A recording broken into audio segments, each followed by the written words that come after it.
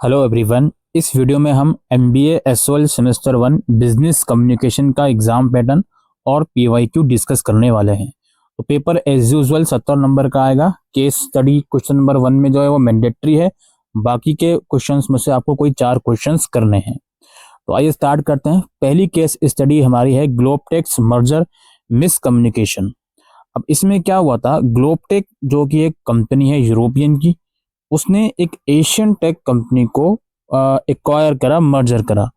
उनका मकसद ये था कि दोनों की जो भी टेक्नोलॉजीज हैं उसको एक साथ मर्ज करना और नए मार्केट को कैप्चर करना। लेकिन चूंकि एक एशियन कंपनी है और एक यूरोपियन कंपनी है, दोनों में कल्चरल डिफरेंसेस हैं, जिसकी वजह से कम्युनिकेशन ब्रेकडाउन हुआ। क्योंकि जो यूरोपियन टीम है उसका डायरेक्ट अप्रोच था और एशियन टीम का हायरार्किकल अप्रोच था। अब इसमें जो कम्युनिकेशन की जो क्राइसिस हुई, इसके लिए कुछ स्ट्रेटजीज इन्होंने अपनाई ग्लोबटेक कंपनी ने। सबसे पहले तो उन्होंने इस प्रॉब्लम को समझा कि हाँ जी ये एक्चुअल में कुछ प्रॉब्लम है, और डिस्कशन करा इन्होंने अपने मीटिंग के अंदर। उन्होंने ध्यान दिया इस चीज पर कि डाइवर्सिटी है ये बहुत ज़्यादा ज़रूरी है, और कुछ ऐसे सॉल्यूशन लेके आने चाहिए जिसमें जो अलग अलग पर्सपेक्टिव्स हैं उनको सुना जाए। इसमें इन्होंने ट्रेनिंग वगैरह करवाई, और इसके अलावा उन्होंने कुछ मीडिएटर भी हायर करे, जो मीडिएटर अलग अलग तरह के लोगों की बातों को सुनते हैं, उस पर काम करते हैं। ठीक है। और इसकी वजह से इनका जो भी चीज़ें थी वो इम्प्रूव होने लग गई। ये जो मीडिएटर थे इन्होंने बहुत इम्पोर्टेंट रोल प्ले करा इन सब मिसअंडरस्टैंडिंग को ख़त्म करने में। इसके अलावा इन्होंने कुछ अपनी इंटरनल पॉलिसीज जो थी ग्लोबटेक कंपनी ने, ये कुछ रिवाइज करी। ठीक है। कल्चरली अकोमोडेटिंग करा इनको, जिसके अंदर आप लोगों का कल्चरल के हिसाब से कुछ फ्लेक्सिबल हॉलीडे सिस्टम ये लोग लेकर आए। ठीक है। एजुकेट करा एम्प्लॉय को अलग अलग कल्चर्स के बारे में। ठीक है। और इसकी वजह से जो इनका जो एम्प्लॉय टर्नओवर है वो कम होने लग गया, और जो इनकी प्रोडक्टिविटी थी वो इम्प्रूव होने लग गई। एम्प्लॉय सेटिस्फेक्शन भी इम्प्रूव होने लग गया। तो ये पूरा केस स्टडी में आपसे कहा गया है। अब इसके बेसिस पर कुछ क्वेश्चंस हैं। पहला क्वेश्चन है, define the role of crisis communication in resolving interpersonal and cultural conflicts within a multinational corporation. Critically discuss GlobeTex's strategy and the importance of business communication in this context. तो जो crisis communication था, इनका क्या role था, जो interpersonal और cultural conflict थे companies के अंदर, इन्हें सॉल्व करने के लिए ये आपको बताना है। और ग्लोबटेक कंपनी की स्ट्रेटेजी क्या थी ये आपको बताना है, और बिजनेस कम्युनिकेशन का क्या इसमें इंपॉर्टेंस है। दूसरा क्वेश्चन है, extract the business communication lessons that can be learn from GlobeTex's approach to managing the merger miscommunication. तो बताइए कि ऐसा कौन सा लेसन आपने सीखा है इस ग्लोबटेक कंपनी के अप्रोच से, जिसकी मदद से आप जो मर्जर में मिसकम्युनिकेशन होती है इसे सॉर्ट आउट कर सकते हो।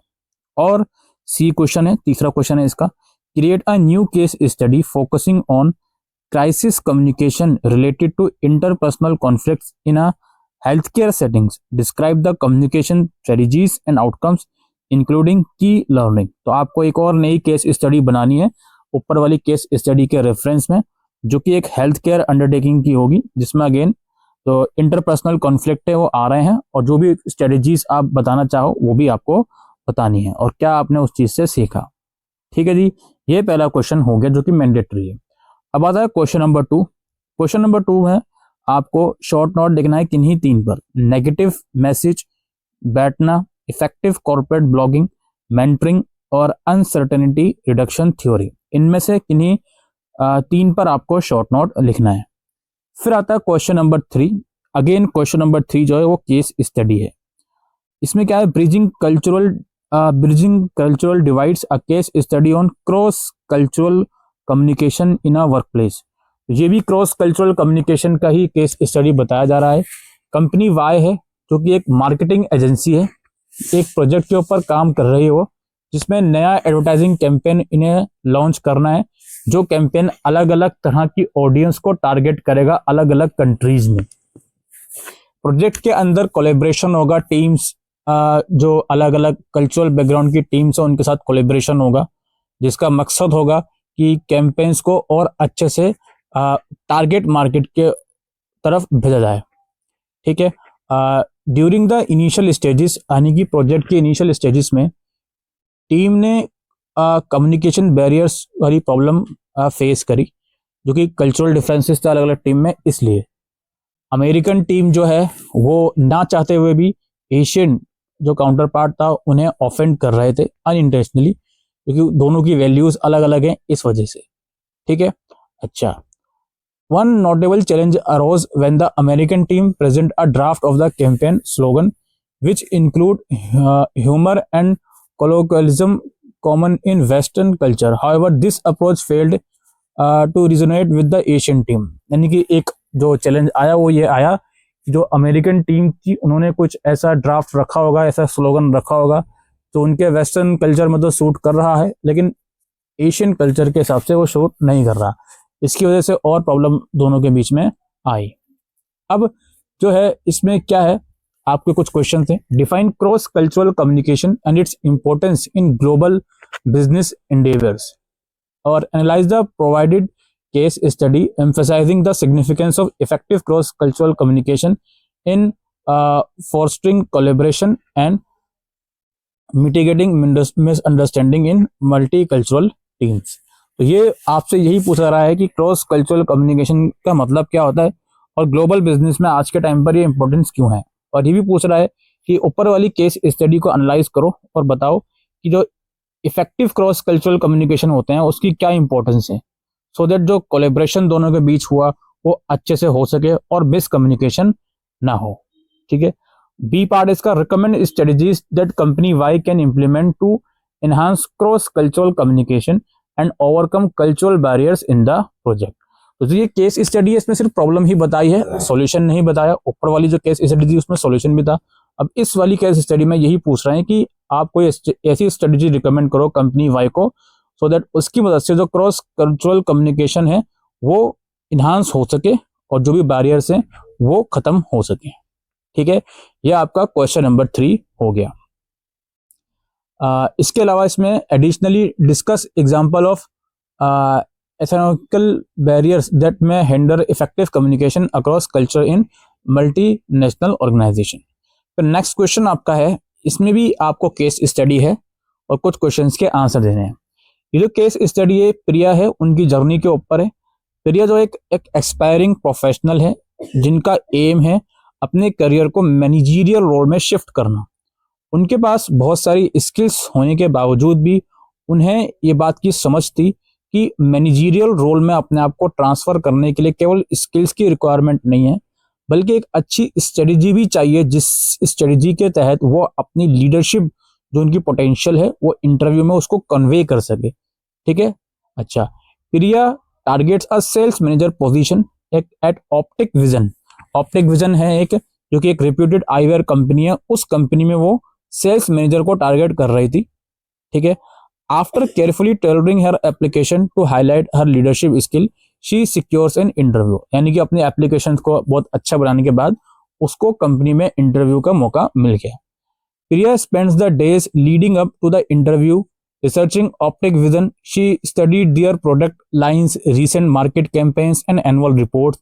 She also reached out to her network to gather insight on the company culture and expectation for the role. यानी कि इंटरव्यू से पहले उन्होंने काफी रिसर्च करी, अपने जो भी उनका नेटवर्क था उनसे भी कांटेक्ट करने की कोशिश करी ताकि कंपनी के इनसाइट पता लग पाए और ये पता चल पाए कि कंपनी एक्चुअल में सेल्स मैनेजर के रोल के लिए क्या एक्सपेक्टेशन एक इंडिविजुअल से रखती हैं। ये सब रिसर्च उन्होंने करी।